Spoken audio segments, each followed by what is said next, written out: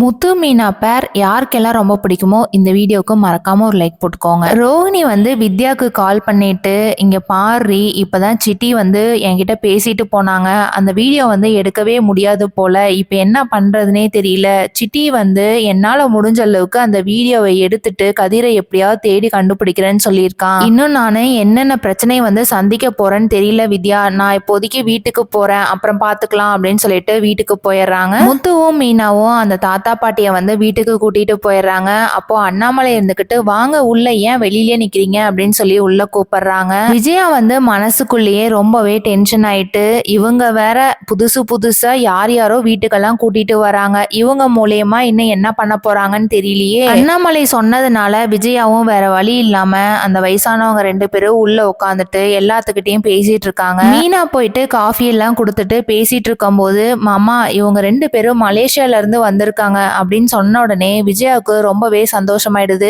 என்னது, நீங்க மலேசியால இருந்து வந்திருக்கீங்களா? என்னோட மருமகளும் மலேசியால இருந்து தான் வந்திருக்கா அப்படின்னு சொல்லிட்டு ரோஹிணியை கூட்டிட்டு வரேன் அப்படின்னு சொல்லிட்டு விஜயா உள்ள போயிட்டு, ரோஹிணி இங்க வாமா வெளியில அப்படின்னு சொல்லி கூப்பிடுறாங்க. ஆனா ரோஹிணிக்கு ரொம்பவே பயம் வந்துருது. ரோஹிணி வந்து மனசுக்குள்ளேயே இவங்க கிட்ட இருந்து நம்ம எப்படி தப்பிக்க போறதுன்னு தெரியலையே, இப்ப நல்லா வசமா மாட்டிக்கிட்டோம், நம்மளுக்கு மட்டும் ஏன் இப்படி நடக்குதுன்னு தெரியல அப்படின்னு நினைக்கிறாங்க. விஜயா உள்ள போயிட்டு ரோஹிணி கையை பிடிச்சி வெளியில கூட்டிட்டு வராங்க. ரோஹிணி உண்மையெல்லாம் சொல்ல போறாங்களா இல்ல என்னங்கிறத வெயிட் பண்ணி பார்க்கலாம். தேங்க்யூ.